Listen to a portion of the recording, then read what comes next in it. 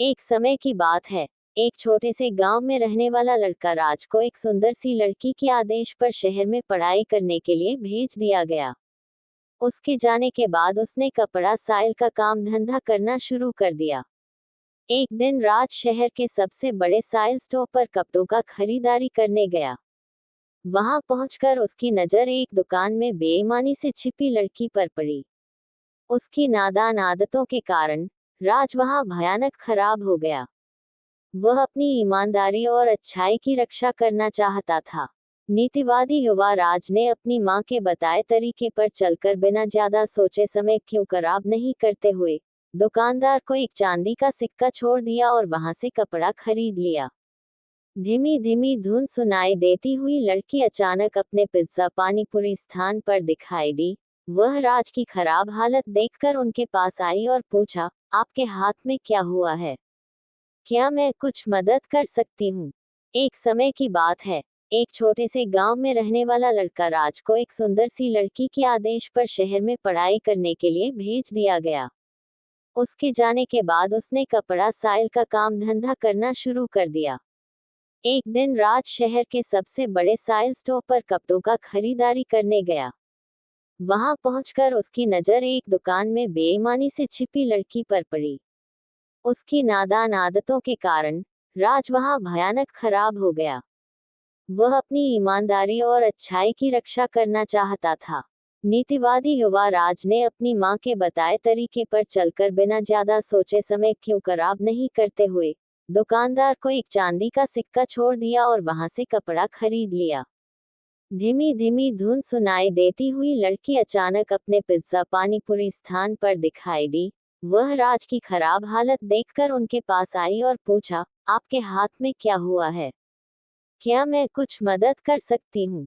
राज ने यह बात सुनकर हौसला बढ़ाया और उसने सबसे पहले दुकानदार को धन्यवाद दिया जिसने उसे यह सिक्का दिया।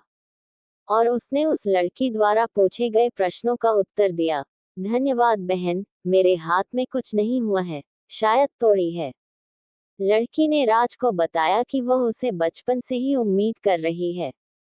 उसने आगे कहा कि उसे एक बहुत अच्छा और भोला लड़का चाहिए जो उसे सब प्यार करे और उसकी ख्वाहिशों को सीधा रास्ता दिखाए। राज ने लड़की के प्रति खास इंटरेस्ट दिखाया और उसे बातचीत के लिए आमंत्रण दिया। वे बहुत देर तक बात करते रहे और इस प्रक्रिया में वे दोनों एक दूसरे के बारे में अधिक जानने वाले हुए। धीरे धीरे उनके बीच की रिश्ता बे कहानी एक लड़की और एक लड़के के बारे में है जो बचपन के सबसे अच्छे दोस्त थे। वे हमेशा साथ खेलते और कई अनुभव एक साथ जीवन के हर पहलू को साझा करते थे। जब वे बड़े हो गए तो उनकी दोस्ती भी और गहरी हो गई।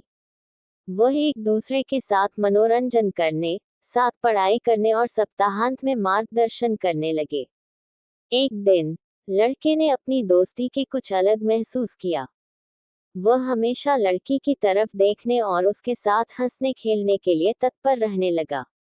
इन भावनाओं को देखते हुए लड़की ने दोस्ती के बारे में भी कुछ अलग महसूस किया।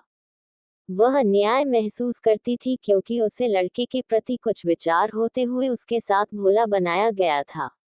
समय बीतते हुए लड़के ने धीरे धीरे लड़की को अपने अलग होने के ख्याल के बारे में समझाया। वह कहने लगा कि वह उसे खोने का डर दिखा रहा है और उसे ये भी दिखा रहा है कि उसके बिना वह जीने योग्य नहीं है। सुनकर लड़की बहुत खुश हुई और समझ गई कि उसे भी लड़के के प्रति उसी तरह की भावनाएं हो रही हैं।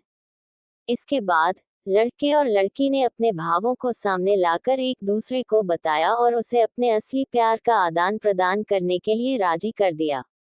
बाद में उन्होंने अपने परिवार को भी अपने असली प्यार के बारे में बताया और वह विवाह करने के लिए इच्छुक थे। इस प्रकार लड़के और लड़की ने एक साथ विवाह किया और अपने सपनों को साथ मिलकर पूरा किया। वे अपने दिल की बात समय पर बताने के लिए बहुत खुश थे और उनकी प्रेम कहानी एक दूसरे के लिए प्रेरणा का